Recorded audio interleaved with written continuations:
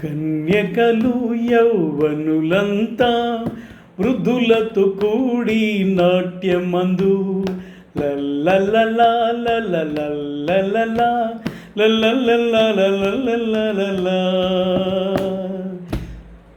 కన్యకలు యౌవనులంతా వృద్ధులతో కూడి నాట్యమందు కన్యకలు యౌవనులంతా వృద్ధులతో కూడి నాట్యమందు లల్లలలా లల్లలల్లలలా లల్లలల్లలలలలలా.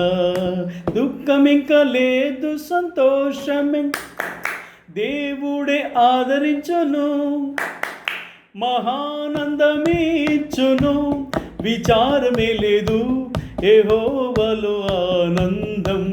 మహానందమేచ్చును, విచారమే లేదు యెహోవాలో ఆనందం.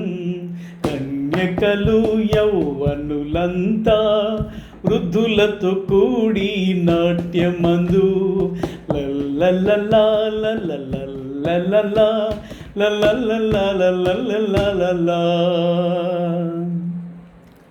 సంతోషం, దేవుడిచ్చినటువంటి సంతోషం ఎంతో ఉన్నతమైంది.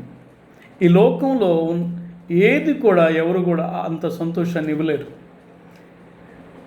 దేవుని మహత్కార్యాలను బట్టి, ఆయన మనకిచ్చిన క్షేమాభివృద్ధిని బట్టి, ఫలాభివృద్ధిని బట్టి, బలాభివృద్ధిని బట్టి దేవునికి మనం కృతజ్ఞత చెప్తూ ఆయన సన్నిధిలో సంతోషంగా సాగిపోదాం.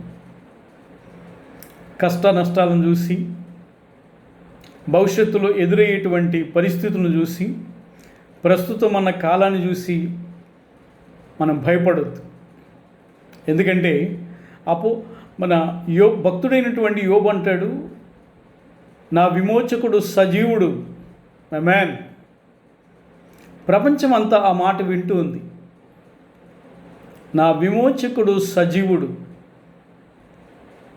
ప్రభు అయిన యేసు అంటున్నారు అపోస్తుడైన యోహానుతో, భయపడకము, నేను మొదటి వాడను కడపటి వాడను, మృతుడనైతిని గాని యుగయుగములు సజీవుడనై ఉన్నాను. మరణము యొక్కయు పాతాళ లోకము యొక్కయు తాళపు చెవులు నా స్వాధీనంలో ఉన్నాయి. ప్రభువు సర్వాధికారి.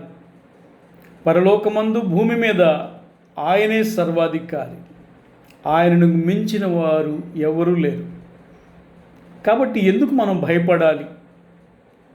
భయపడిన అవసరం లేదు. Trust in God for ever and ever. Amen. God bless you all. Thank you Jesus.